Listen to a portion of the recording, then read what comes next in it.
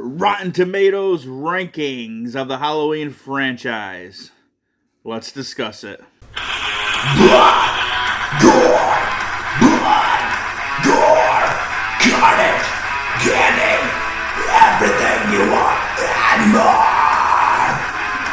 You choose. As you know, with Rotten Tomatoes, they're not really big fans of horror movies. They give them some of the worst ratings, and sometimes you see something that gets a high rating and it sucks, and sometimes you see something with a low rating and it's awesome, because it all depends on you. I'm going to discuss how I feel about these Halloween movies and whether or not Rotten Tomatoes got these rankings correct. Now, just so you're aware, if it's anything under 60%, it's considered splat green. It's a miss. They messed up. If it's 60% and up, they get that tomato.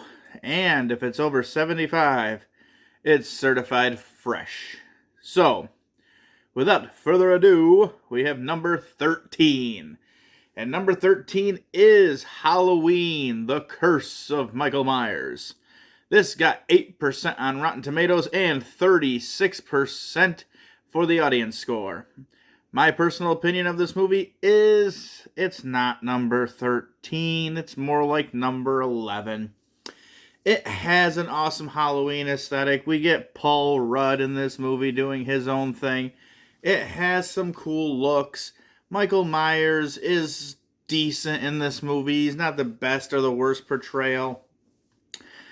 The Loomis character is just a little bit miss on this one for me. And it does have one of the best kills in the entire franchise. But it was trying to conclude the whole Thorn trilogy, and it was already going all over the place with all these different ideas. Seems like it kind of didn't know what it was trying to be the entire time, but I don't think this is the worst. I think it's the third worst. Coming in at number 12 is Halloween Resurrection, getting 10% on the tomato score and 24% for the audience score, which this is the lowest rated audience score on Rotten Tomatoes, and I don't fully disagree with that theory. And for me, this being number 12 is right where it deserves to be. This has some fun to it. I saw this in theaters. It's one of the only ones I got to see in theaters until the new ones. It is just 2000s horror. I mean, we got, the Fright TV stuff going on. We have Busta Rhymes doing his own little karate. It's comical but stupid. Terrible, cheesy lines. The kills are not very good. I do like the whole streaming idea, so that gives it like its own little flavor. But 10 years later, that probably would have done better in a streaming movie, because they would have actually been able to do stuff that made sense, as to where this one did not as much. But overall, it's not the worst in the franchise to me. It is, though, the second worst. Coming in at number 11 is Halloween 5, The Revenge of Michael Myers. This one got a 12% on the Rotten Tomatoes and a 36% audience score, which kind of surprises me, because this one, for me, this is number 13. This is dead last. This is the movie that I think is the worst representation of Michael Myers in a movie. I don't like his masks. I don't like his stance. I don't like his random standing there holding a knife and staring at people that he does often in this. He wears another mask besides the normal Michael Myers mask. We kill off the final girl from the last one quick. Jamie was a great character in 4. We make her a mute in 5. Loomis is probably the most unlikable version of himself in all of these movies. Halloween 2 from Rob Zombie kind of competes with that, but this one is still worse if you ask me. Overall, it's just a bad movie. The kills are nothing great. There's a couple in there, but there's a lot. The characters have no development, and the topping on the cake for them knowing that this was a bad movie is when the cops come walking down the stairs and you hear doot doot doot doot doot doot doot. Like, you knew this was a bad movie. Got it. You even put in cues so we would be aware. All right. Enough on the ranting on that one. Number 10 is Rob Zombie's Halloween 2. This one jumped up to 25%, but it does have 44% for an audience score. And this one I feel like is probably right where it should be. It's Rob Zombie's flavor and flair to it. You get an awesome Michael Myers in here. You get awesome kills in this movie. You get some really good acting. I like the storyline that's going on with Laurie, where she's kind of going through the trauma and the aftermath and how it's affected her. I love Brad Dourif in this movie. I think he gives an iconic performance in this that his performance is better than what this movie is. And then it's Rob Zombie, so you get some great dialogue, but he actually dials it back in this one, so it's not so bad. But you get his kills, his grunginess. But what does this one in for me is the dream sequences are cool, but they take up like the entire movie. At one point, it's like a forever long one, so none of it's actual fodder. And the whole white horse thing. It was dumb addition put in there that makes no logical sense whatsoever. And you know this because they put words on a screen to explain to you what is going on. And it's just an excuse for him to put his wife in the movie because she's in every single one and she died in the first one.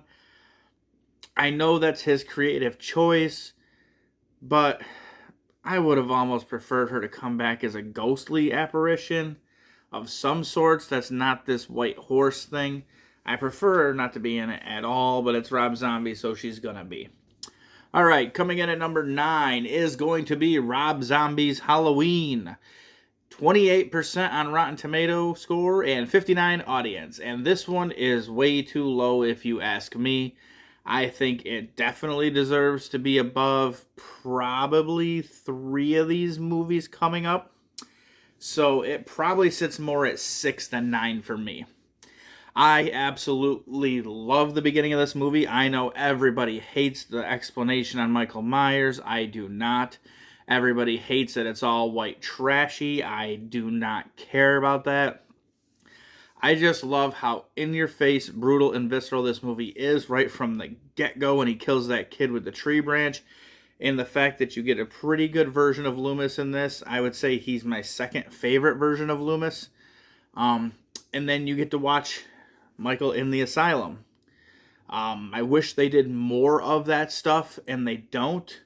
The part that I actually dislike about this movie is once you get past him breaking out, it's a paint by numbers of the original. And if I wanted to watch it, I could just watch the original. I wish they would have done more different. Some stuff is different, and I do appreciate that, but some of the same gimmicky crap is not what I wanted from a Halloween movie, and that actually is what brings this one down a little bit for me. But 9, no. I believe it should be in 6. All right, number 8 is Halloween 2 from 1981. It's got a 33% Rotten Tomato, and it's got a 63% audience, and I disagree with the audience on this one. This one is number 9 for me. For some reason, this movie has never really sat with me. I don't like it. I don't like the portrayal of Michael Myers. I don't like his mask in this one. And I know it's the same mask from the first one, and this technically takes place directly after the first one. They do a good job with that, so it's like a continual movie. But I don't care for this movie. I don't care for the Laurie Strode angle being his sister. I don't really care for them doing this all in the hospital setting, which is shocking to me because I like hospital settings.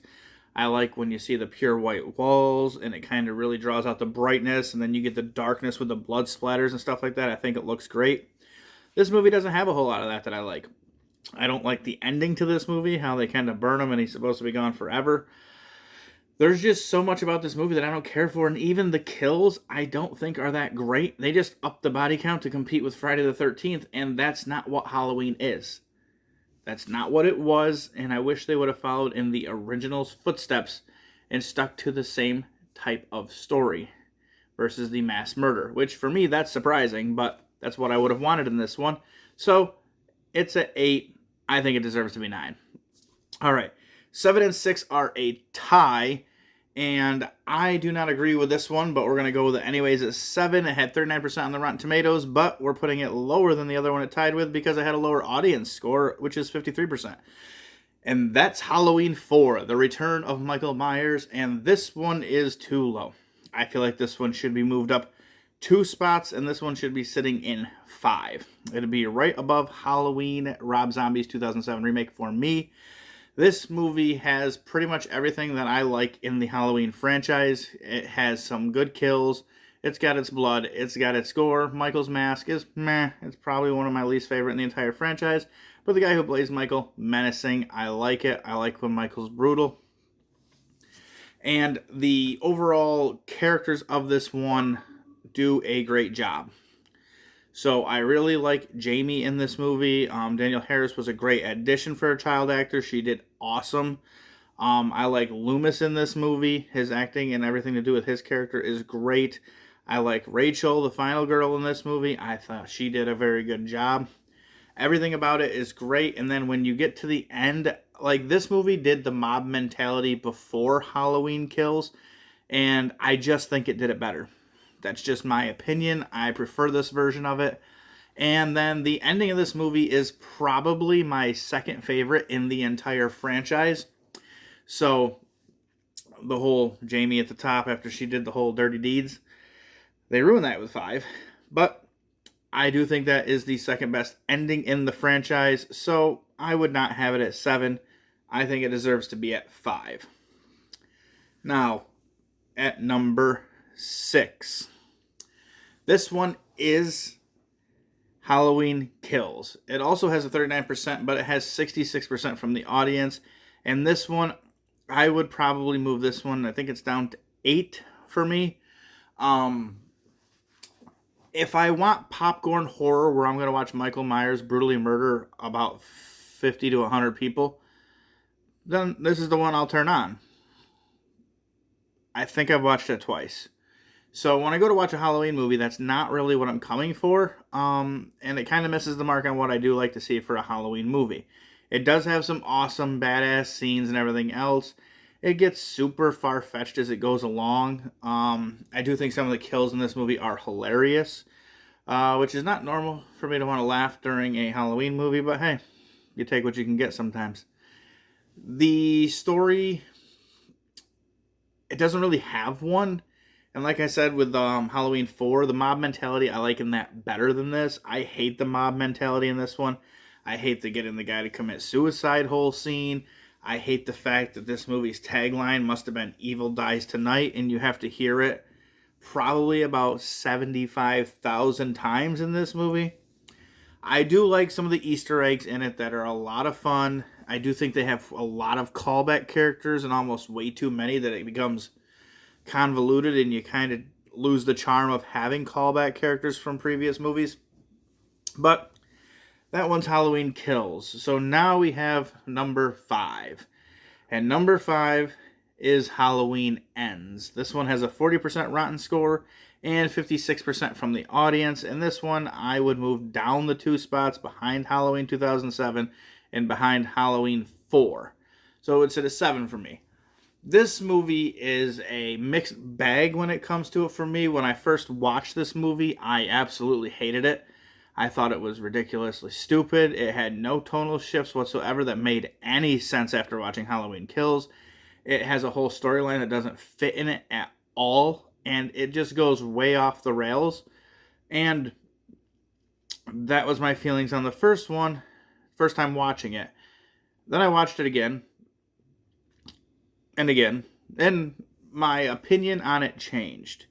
My opinion changed because I actually did like the inclusion of the Corey character. I do wish they would have sprinkled some breadcrumbs maybe in Halloween Kills so that we at least saw this person one time before this movie kicked off, since we're going to follow him the entire time. But they didn't. And I think that was a big miss on their part because it almost made it feel like it was its own separate thing instead of part of this trilogy they were making. I also do wish that the conclusion of this movie did not take place as the conclusion of this movie. One, I would have liked to have seen Laurie die. I feel like that would have been the perfect setting for it to happen in her older age. It would have been a much better send-off they could have done than what they did in Resurrection. And two, I actually wish that they would have done the Laurie Michael showdown in the beginning. And if they were going to do that and have Michael die, then maybe have Corey come across his mask and then he takes on the persona of Michael Myers because the evil's in the mask. Which would kind of be like a callback to another movie on this list where the masks have their own kind of hidden evil you don't know about. That's my thoughts. It's not a terrible movie. It's middle of the road. Like I said, it's at 5 on here. I'd have it at 7 right in the center. It's not a bad movie. It's not a great movie. It's just different, and sometimes I like what it has to offer. All right, number 4 on this list is Halloween 3, Season of the Witch. This one has a 50% Rotten score and a 29% audience score because this one does not have Michael Myers, and that upsets people. I, on the other hand, I mean, it's at 4. I would move it up at least 1 spot, maybe even 2. There's some times where when I watch this movie, this is my favorite Halloween movie in the entire franchise at times. Sometimes I'm just not in the mood to hear that damn Silver Shamrock song 100 times. And there's other times where I hear it, it gets stuck in my head, and then I'm singing this stupid-ass song for like 2 weeks. Because that's all you can think of. But I like this anthology direction they tried to go in because that was the original idea of the Halloween franchise. I like the fact that this movie goes balls to the wall when it comes to like evil and darkness. Like a whole idea of creating these masks, having children put these masks on so that you can kill all of the children. That's about as dark and deceptive as you can possibly get in a storyline that involves Halloween. It goes for it. It has a lot of fun. Some of the kills are awesome. Some of the scenes are just kind of epic when you finally see that first kid watching the Shamrock commercial. I love that scene. It just goes for it. And there's not a lot of horror movies that ever went for the whole killing kids thing and showing stuff on camera. No, it's not bloody and gory, but it still went for it and showed it. And like I said, sometimes when I'm in the mood to watch a Halloween movie, this movie represents Halloween the most to me.